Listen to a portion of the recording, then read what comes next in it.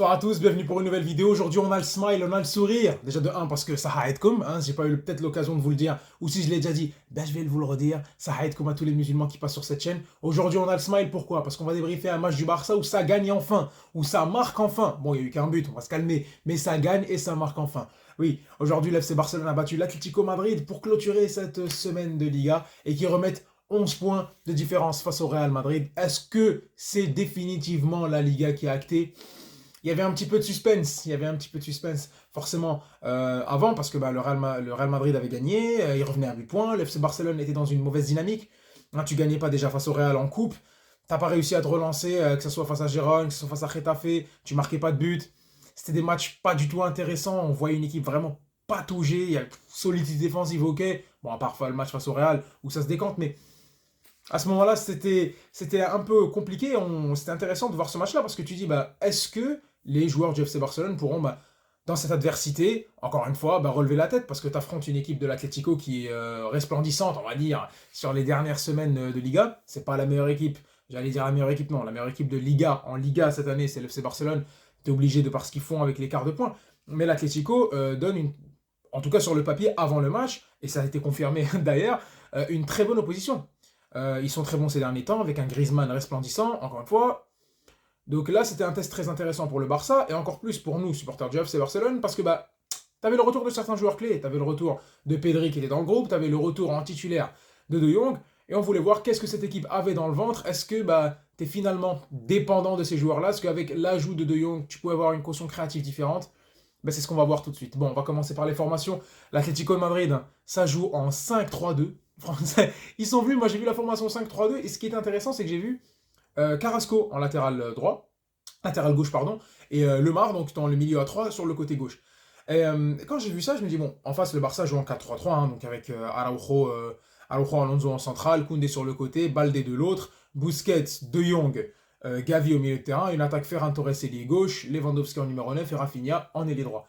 Donc à ce moment-là, moi je me dis, bon, il y a un 5-3-2 face à un 4-3-3, surtout que tu mets deux flèches contre-attaquants, même si Carrasco c'est pas son poste. Et quand tu vois aussi le style de l'Atlético Madrid, qui d'habitude défend assez bas, là ils ont quand même pressé assez haut. Ils ont quand même pressé assez haut et c'est compréhensible. Quand tu as une équipe du FC Barcelone qui, comme on l'a dit juste avant et dans d'autres vidéos, a du mal à créer, a du mal à se créer des actions, très, très compliqué au niveau du jeu. Même, c'est pas que offensivement, c'est-à-dire que même pour ramener la balle, on en a parlé dans plusieurs vidéos. Quand Dembélé était là, tu étais obligé de lui donner la balle au milieu de terrain et qui faisait la différence avec ses vitesses et ses prises de balle. Avec un De Jong qui perforait. Il n'y avait pas une montée de balle homogène. Tu voyais pas une animation au milieu de terrain qui amenait la balle vers l'attaque. Et là, je pense que l'Atlético a très bien compris. On va les presser et on va les obliger à jouer des longues balles. De toute façon, on a des goal codes derrière, que ce soit Savic, que ce soit Jiménez, que ce soit Hermoso.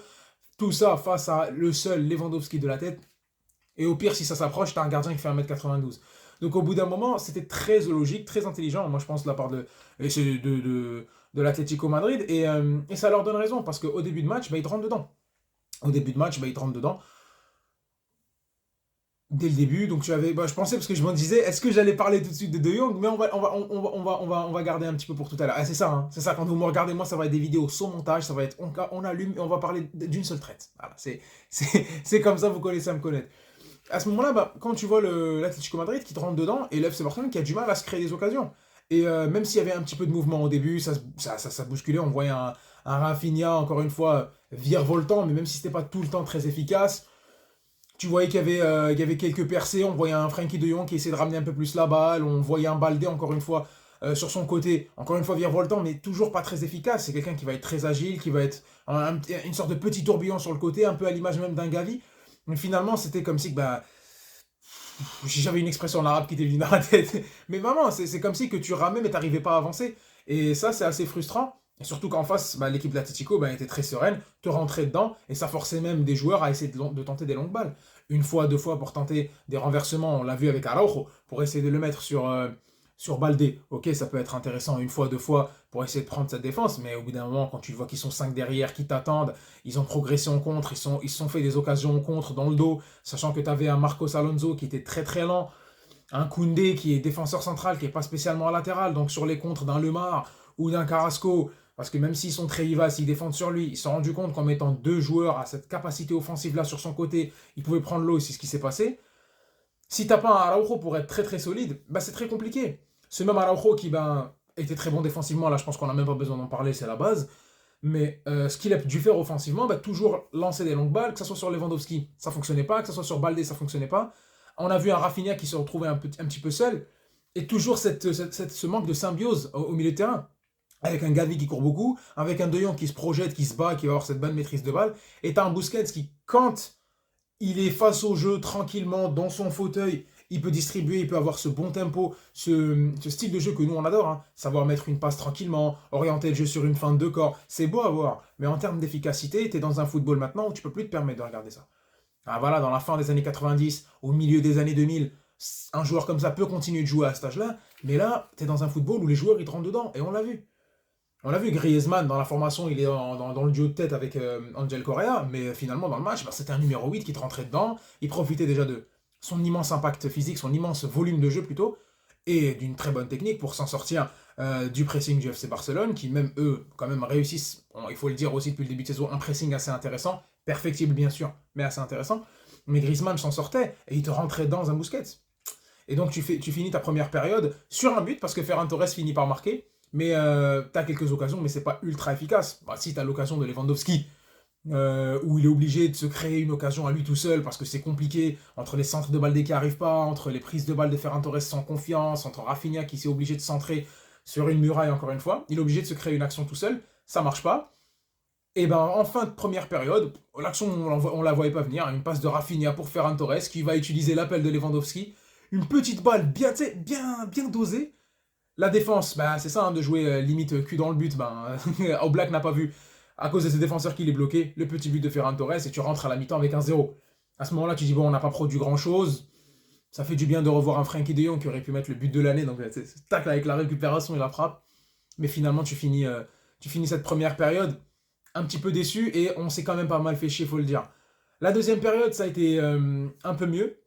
Deuxième période, ça a été un peu mieux. Je pense que le Barça, même s'il a subi quelques occasions de l'Atlético, a globalement plus tenu la balle. On l'a vu après même en termes de possession de balle, hein, c'était presque du 70-30, je crois que c'était 66-34 à un moment donné. Le FC Barcelone a plus mis le pied sur le ballon. A eu beaucoup d'occasions. On pense à Lewandowski qui tire un centre-frappe sur Rafinha qui la met du genou. La frappe de Gavi qui passe juste à côté. Le face-à-face de Lewandowski où là, mais franchement, là on va en parler 2 minutes.